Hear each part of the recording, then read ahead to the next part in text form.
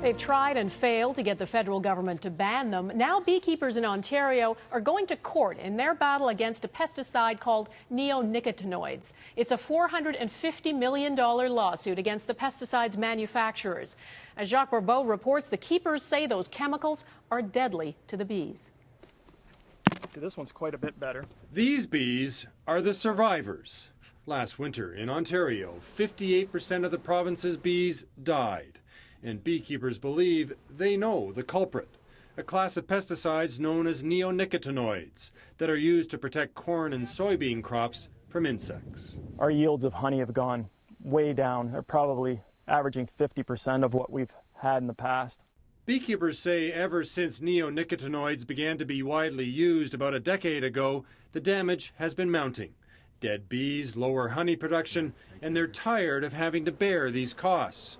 So they're launching a $450 million class action lawsuit against two chemical companies, Syngenta and Bayer Crop Science. We're fed up. We're taking action. We want our losses compensated, and we want Bayer and Syngenta to change their ways.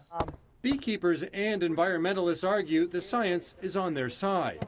They point out even a federal agency has concluded neonicotinoids are having an impact on Canada's bees. Canada's Pest Management Regulatory Agency said last September that the practice of using these chemicals on planting corn and soybean is unsustainable because they kill bees. Despite those kinds of conclusions, the federal government has resisted calls to ban neonicotinoids.